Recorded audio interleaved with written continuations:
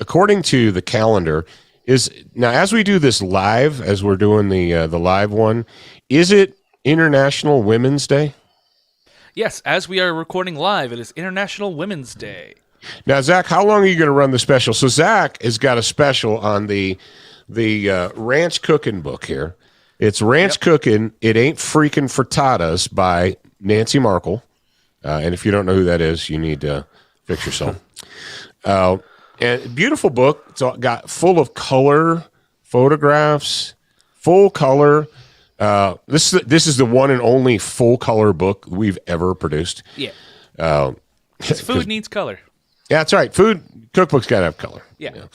A lot of good stuff in there. A lot of insider jokes from the Markle family. And Zach has done a special dealio for you guys. Zach, how long is that going to last? I mean, the special dealio is the fact that we have them again. Okay. So it'll last until we no longer have them anymore. Until they're out of stock. Okay. All right, cool. Fantastic. So, yeah. You guys can head over there, shop SOTG.com. It's on the homepage, or you can click the link in the show notes or in the comments, depending on where you're looking right now. Yeah, that's right. We're going to talk about it a little bit more on the, the actual radio show, so you can also check the description there, and you will receive information regarding that. Sorry, I'm trying to drop the link everywhere I need to drop the link. Can I talk now? All right. So on today's show, on episode 1128, we've got a Duracoat finished firearms segment for you. We've got a Brownell's bullet points, a student of the gun homeroom, of course. And then I'm gonna drop some uncomfortable truth on some of you guys, and it hurts me. I'm telling you, I've had a hard weekend. I never thought that my audience would be so easily manipulated. But I was wrong. I was wrong. There are some of my folks out in our Student of the Gun audience. You think, okay, so I listen to Student of the Gun. I'm pretty... And yet they just flipped a switch and brought you right along with them. We've got to be smarter than that. This country cannot survive as a republic. Now, it can survive as a socialist hellhole, which is the plan, but it can't survive as a republic if the people refuse to think. They refuse to think. And we've got some historical examples of people refusing to think. And you've got to, ladies and gentlemen, somebody posted a stupid comment on Facebook, and they're like, what happened to all the gun content? What good are guns if you don't have liberty? What good are guns if you don't have freedom? If you're willing to just shut off your brain and surrender to whatever the narrative is from the state, what good are guns? What's the point in firearms if you surrender your freedom? If you're unwilling to think, if you won't use your brain, you are the operating system for that tool. This thing in my hand is just a tool. It should be an instrument of liberty, but I'm the operating system for this. And if the operating system is shut down, this is meaningless. If you turn off the operating system, this steel and plastic and aluminum, sometimes wood, is worthless. It's pointless. So that's where the gun content is. That's where the gun content is. Ladies and gentlemen, would you boys say it's even more important every single day for us to turn on these microphones and do what we do? Yes. Yeah.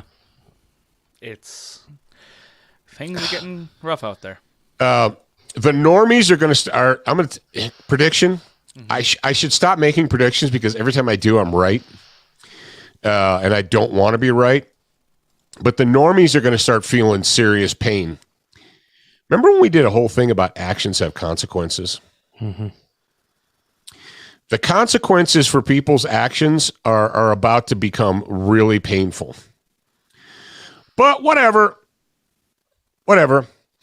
So the meat puppet is going to, he shut day one, first order of business, shut down drilling and imports and American oil. Shut down American oil. It's bad for the environment. Everyone should drive $100,000 electric cars. Okay. So the first order of business for the criminal meat puppet, well, the first order of business that his handlers made him do, turn off the pipeline. Destroy. Someone reminded me this morning, my mechanic reminded me this morning, you remember when Trump was president and we had so much oil that we were actually exporting oil? So the solution from the meat puppet that you allowed to be installed as a president is he's going to shut off Russian oil imports. You're like, yeah, good, screw Russia. Screw you. Do you think it's going to cost Joe Biden and his minions and the criminals in Washington? Do you think they're going to be hurt and affected by rising gas prices? No. They use your money to buy their gas. Is he hurting Vladimir Putin and Vladimir Putin's cabinet and all the generals and admirals in Russia? Are they going to be hurt by this? Putin won't be able to drive to work every day? No. So he's going to hurt the American people and the Russian people. That's the solution. Punish the American people and punish the Russian people. Because the elites aren't going to be bothered by it. Because they use your money to buy their gas. That's what you want? When this freaking dementia mongoloid criminal was installed, I didn't think it could get. I was like, how much worse can it get? Apparently, it can get infinitely worse till he leads us to the point of nuclear war. And that's not a joke, kids. That's not a joke. But the people in Washington are acting and behaving as if we can take a nuclear power. I hate Russia. I hate Putin. Yay, Ukraine. Let's talk reality here. So you're going to keep pushing and pushing and pushing on Russia until they're at the point of desperation? That's your plan? Yeah, because they wouldn't dare launch their nukes. So you're going to push their back against the wall until Putin believes that his people are at the point of starving. You think he's just going to say, okay, I surrender?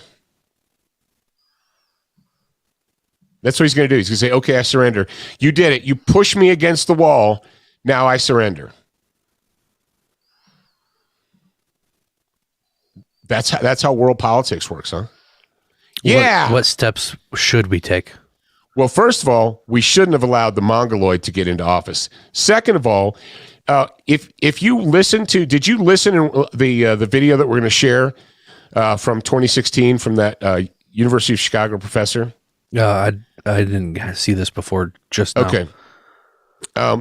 He actually said what we should have been doing is instead of poking Putin with a stick, what we should have been doing is we should have been trying to bring him over to our side and make Ukraine a neutral state. You see, what we're going to do today, and I'm just about done talking, is we're going to show you and demonstrate how 5-6 years ago, a college professor broke it down and said, hey, our Ukraine policy is wrong, and we failed to understand our enemy. And because we failed to understand our enemy, we're going to have a worsened crisis. And they pointed it out. He pointed it out 1, 2, 3, 4, 5. And it turned out everything he said was correct. But I guess the people in Washington are too uber smart to have to worry about that, to have to worry about history. They're so intelligent. The West, the United States and Europe, set up the crisis in Ukraine. We pushed for this. And now we're going to act like, oh, we're the victims. No, you started the fight. We started this. We're going to talk about that in detail on today's show. So here's the deal. You're not going to want to miss it. Get your butt over to where, guys? studentofthegun.com/discord. Yeah, we both said at the same time. All right, guys. studentofthegun.com/discord. Or if you're already in the Discord, just hop over there. Yep.